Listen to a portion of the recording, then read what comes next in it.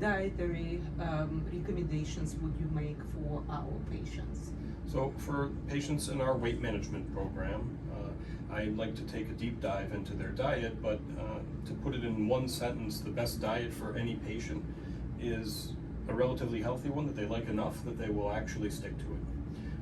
So it really depends on the patient. There are many, many diets to choose from, as I'm sure our viewers are aware.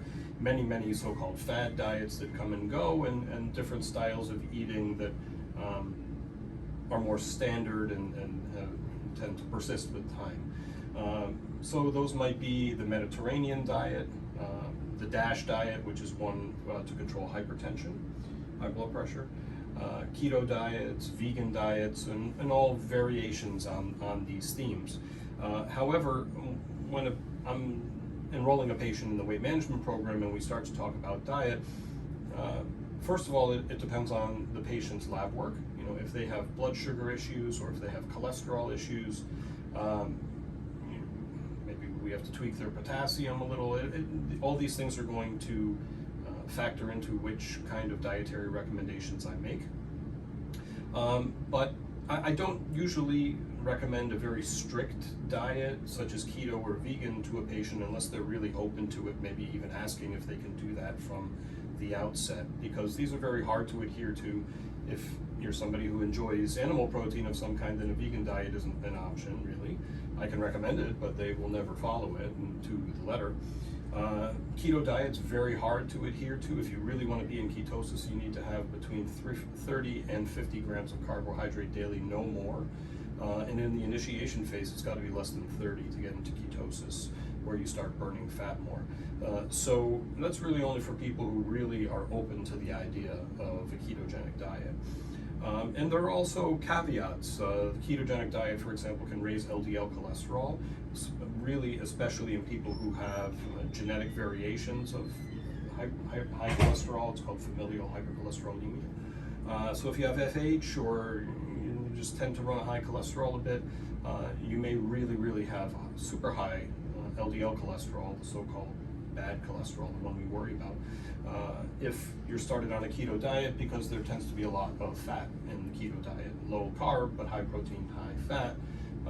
If you avoid the saturated fat and make it more unsaturated, fish with fish oil or avocado and olive oil, you might stay out of trouble in terms of cholesterol. But some people just spike a very high LDL on a keto diet, and if they want to stick with the keto diet, then I really need to treat their cholesterol with a medication like a statin. So kind of long story short, what I often start with is a Mediterranean diet. So Mediterranean diet, of course, has been around for thousands of years in the countries that surround the Mediterranean Sea. In general, it's a whole food, plant-based diet, but not vegetarian. But it's very heavy on relatively unprocessed, not raw, but you want to be able to recognize your fruits and vegetables as fruits and vegetables. So plenty of leafy greens, fruits, nuts, seeds, beans, legumes in particular are good for sugar control. What about alcohol? I mean, it was some kind of a myth that it's really one glass of wine, it keeps you youthful, it gives you some antioxidants. Right. So within the Mediterranean diet, there is the option of one glass of red wine nightly, like folks in Tuscany might enjoy with their meal. And that's because there's a compound called resveratrol in red wine that has been linked with cardiac health. However, honestly, I think you would need to drink a bathtub full of wine to get enough resveratrol on a daily basis to make a difference. I think the benefit of having a glass of red wine nightly is sitting down outside with your family, looking at the Tuscan hills, and enjoying your Mediterranean meal, and then going for a walk with your family afterward into the vineyard. That's the benefit of the glass of red wine, in my opinion. But red better than white just because it has a lower sugar content. And what about intermittent fasting, Dr. Berger? A lot of people, it seems, works for them, like 12, 14 hours not eating. What are your thoughts? Right. So what you're referring to there is technically time-restricted feeding or time-restricted eating, people call it as well. Intermittent fasting is really, you go 2 days water only, or every other day you have a very low calorie meal and the day in between you fast and only water. I don't really advise that because my goal, which I do with the body composition device that I have, is to maintain muscle mass as much as possible as people lose weight. And if you're fasting, you tend to lose muscle mass, you tend to lose lean mass.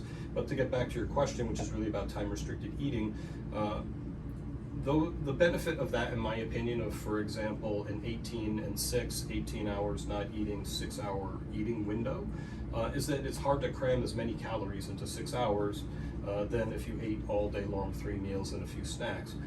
So it ends up being a calorie restricting diet. It can work. Like I said in the beginning, it's kind of like Woody Allen, whatever works, whatever the patient prefers, as long as it's healthy.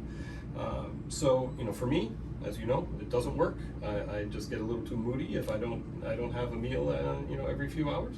But for people who kind of don't notice that they didn't eat breakfast, didn't eat lunch, and the day has gone by, and I didn't eat anything yet, go for it. So I'm all for that. The other thing, circling back to the Mediterranean diet for a second, in the PrediMed study, these are clinical studies of the Mediterranean diet. So we're not just taking the word of the Etruscans and the Macedonians that it's a diet, but there are actual clinical studies performed with the diet. Using the diet, and in particular making sure there's plenty of extra virgin olive oil in the diet, not a blended olive oil, not an avocado or anything else, extra virgin, the first pressing, can reduce risk of cardiovascular disease, i.e. heart attack and stroke, by 30% through adherence to the diet. And it can also decrease risk for onset of diabetes by 40%. Almonds and walnuts were also found to be cardioprotective, heart protective, reduce CVD risk.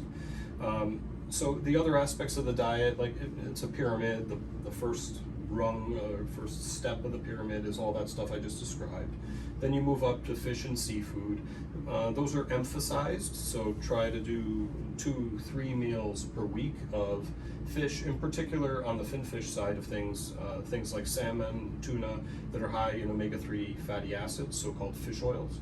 But also shrimp and lobster and bivalves, clams and whatnot, all encouraged because they're lean protein. And people often ask me, but isn't there a lot of cholesterol in shrimp, for example?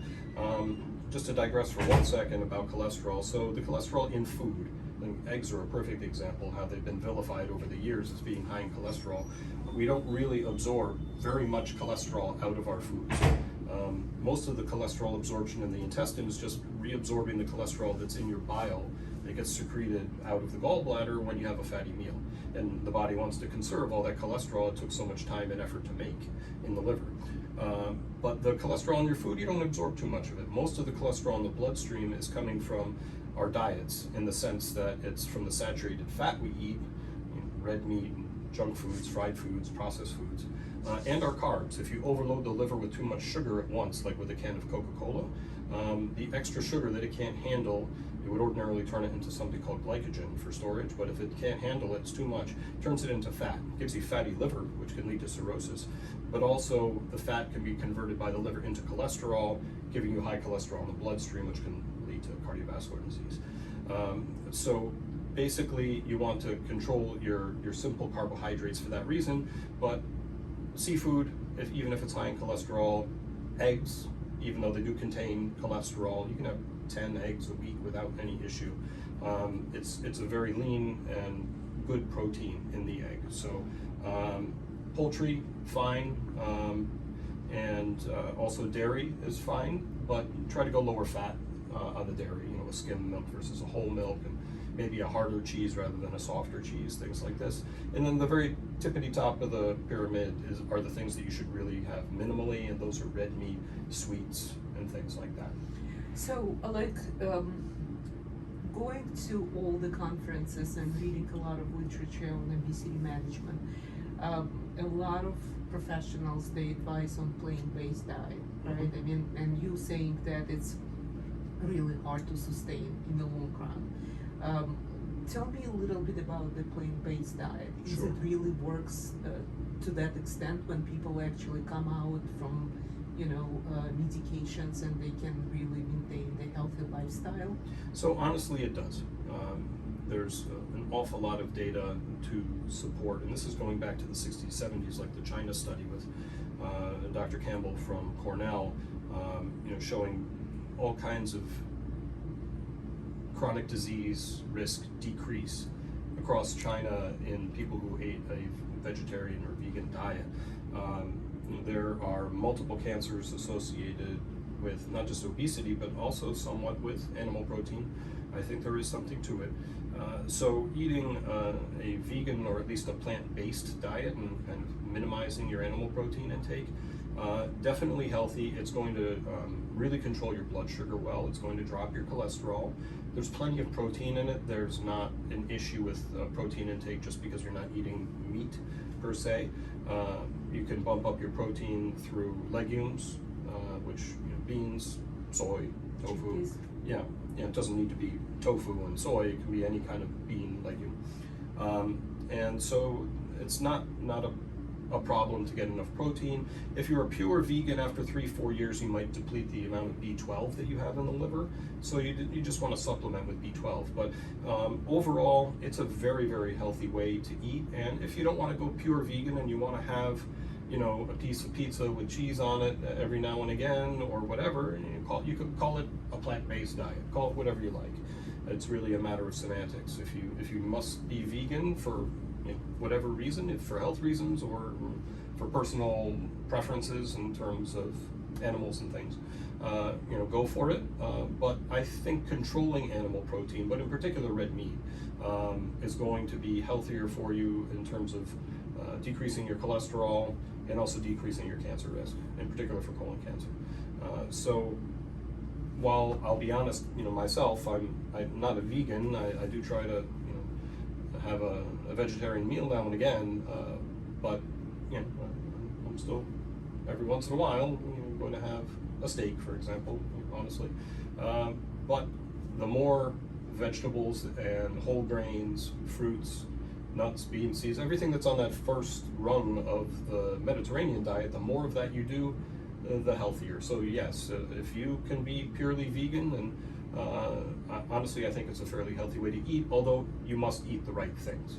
Technically you could be what's jokingly called a Coca-Cola and Oreo cookie vegan, but you're going to run into all kinds of metabolic derangements like diabetes if you consume all that kind of stuff. Technically you're not having animal products, but of course that's not healthy. So sometimes it's easy as a vegan to not necessarily eat healthy stuff. There are a lot of processed foods out there, really junk foods that don't necessarily have animal products, and you could get away with, if you will, as a vegan. Thank you, Dr. Berger. This is very informative. My pleasure. And just before we go, also in terms of dietary recommendations for our patients, for those who are interested and perhaps they're always very busy and on the run and possibly grabbing things not so healthy, we do have our New Direction meal replacement products, and those are available in our office. I've chatted with you guys about them before and their benefits, how well formulated they are, and it's a great way to get good nutrition but with reducing your caloric intake, because they're relatively low calorie, they're satiating because they have a lot of protein and fiber, but it's a finite serving size. So if you have a bar, instead of running to the vending machine, you're better off in terms of your calorie intake. So that's also something else to consider in terms of nutrition. Thank you. My pleasure. Thank you.